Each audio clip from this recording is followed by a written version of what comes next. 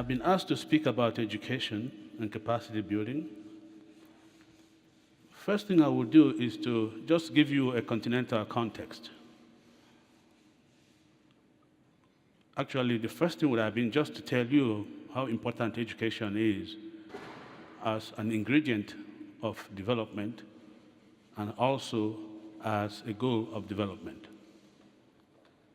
But Dr. Moleko has helped me with that, so I won't dwell too much on it, because she had pointed out how education is an equalizer that will deal with inequality, that will deal with increased employment opportunities, and that will help employability and also lead to long-term economic growth and economic development. If education is so important, what does the landscape look like when you look at the continent? I'm afraid I have to say that in Africa, education is in crisis. I don't usually talk like this. It is in crisis. Why do I say that?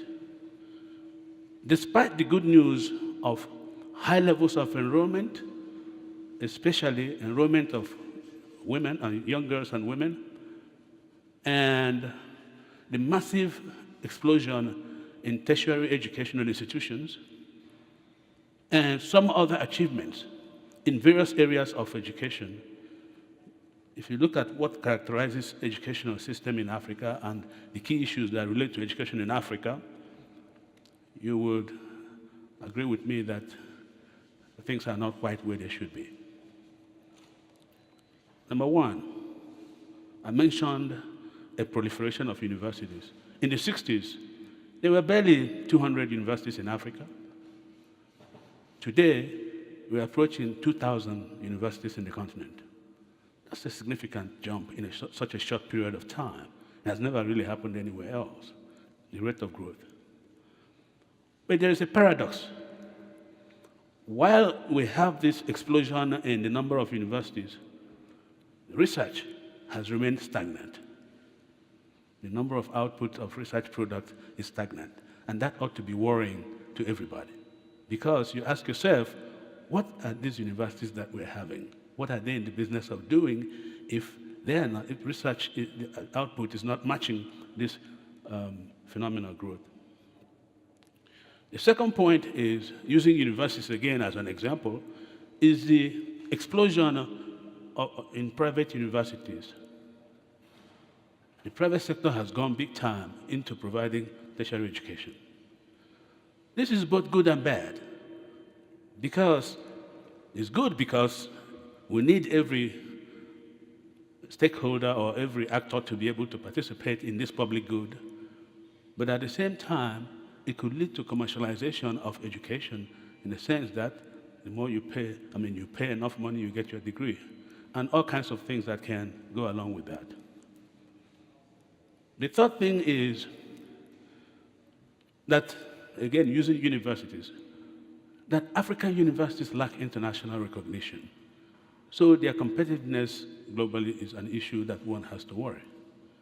If you look at the rankings that came out recently, you only have 14 universities in the continent that were ranked among the 1,000 universities, best 1,000 universities in the world, just 14.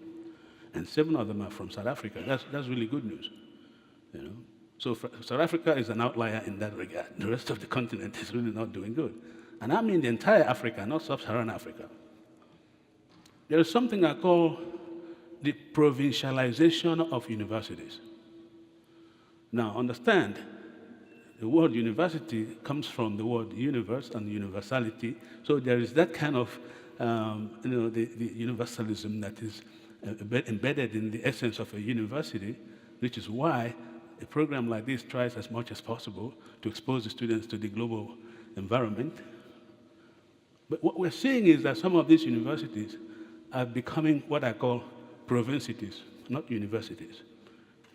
Provincities in that they have become so provincial that in terms of their students, in terms of their faculty, in terms of their outlook, and at the same time, they've been very highly politicized. Another point is the lopsided enrollment in the arts, humanities, and social sciences. If you exclude some outliers, this could be as high as 80%. Now, education overall is good. There's no one field that is better than the other. But if you say that your goal is economic transformation, structural transformation, industrialization, you're not going to get there with investing so massively in these fields that are not going to be the ones that will drive this transformation process. So, in other words, many African countries, because everywhere you go, higher education is subsidized, no matter what you think. So if you keep producing young people who are neither employable nor self-employable, you are investing in unemployment, period. There's also inadequate funding overall. One other important issue that is of concern is the issue of the persistence of the ivory tower syndrome.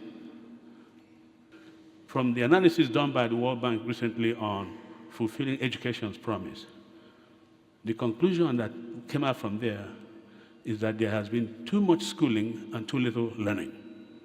So we can conclude that education's promise is not being fulfilled in Africa. Learning outcomes are poor, especially at the lower level, despite the explosion in enrollment. Schools are failing learners, and systems are failing schools.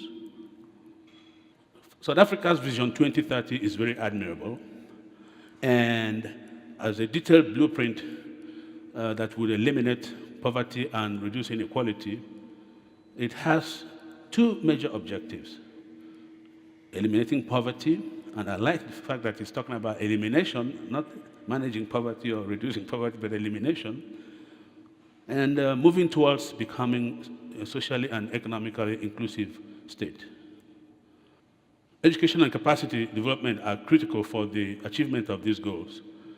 And you can see that when you look at the medium-term strategic framework, 2014 to 2019, education is the first of the 14 priorities that are required that requires urgent attention.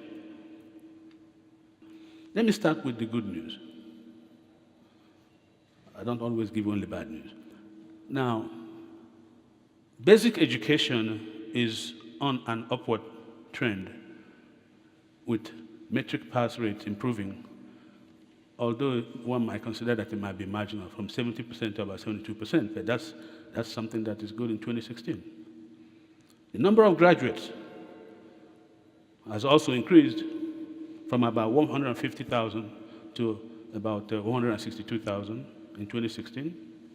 And the percentage of youth with national senior certificate has also increased to 56% in 2016 from about 45% in 2014.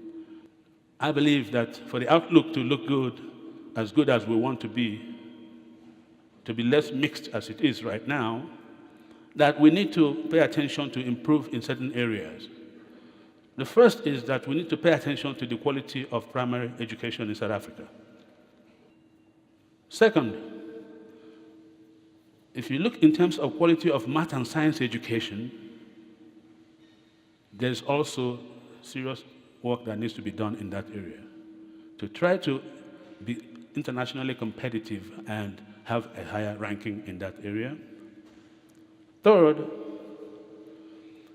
the availability of scientists and engineers is an issue of concern because the ranking is also low, which can be attributed not necessarily that the production of these critical skills are not encouraging, but there are also other issues related to retention of these skills when they are produced and also full utilization of them.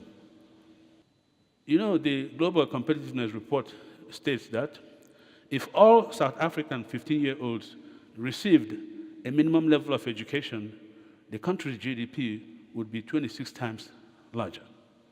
So it shows you how significant this is in terms of being a game changer in the country.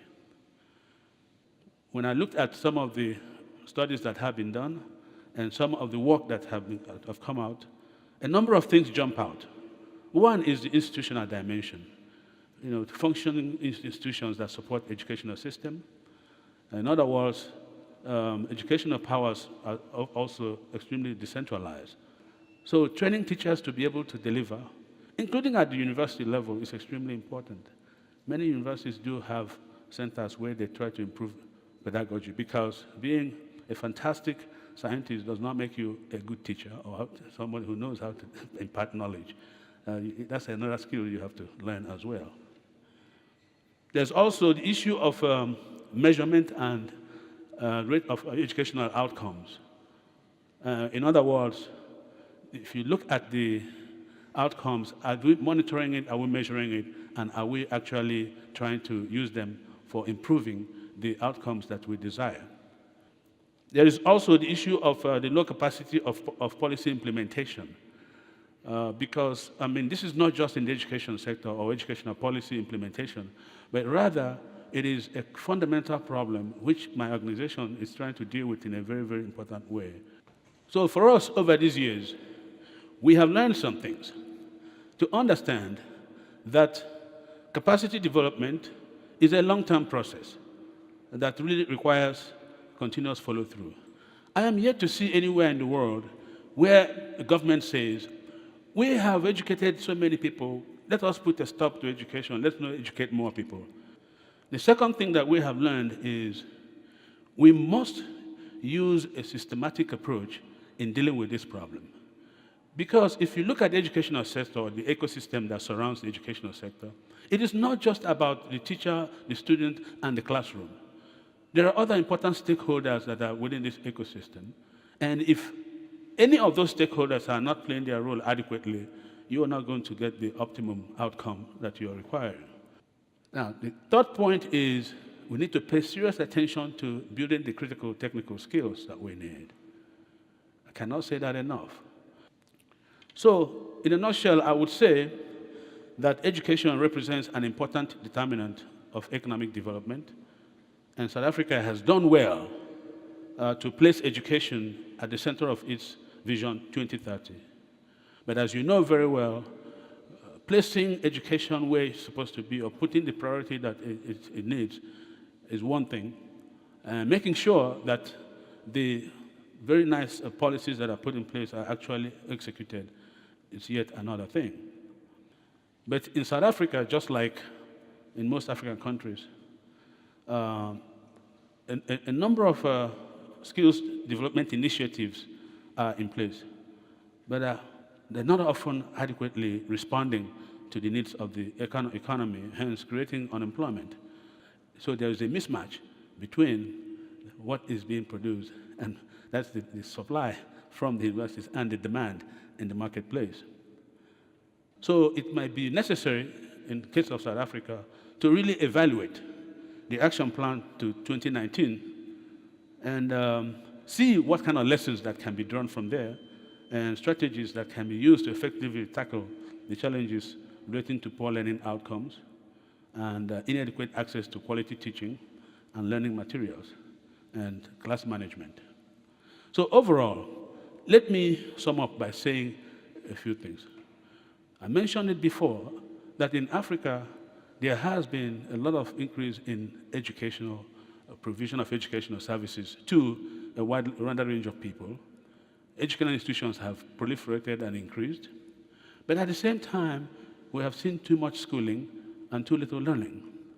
And people have knowledge but no skills. But at the same time, we see that the investment that is supposed to be made overall is usually not at the level it should be. And there's also some disconnect between the providers of education and the users of education. The users of educated people. And this is the reason why we have been promoting the idea of having what we call the tripartite education dialogue on a continuous basis.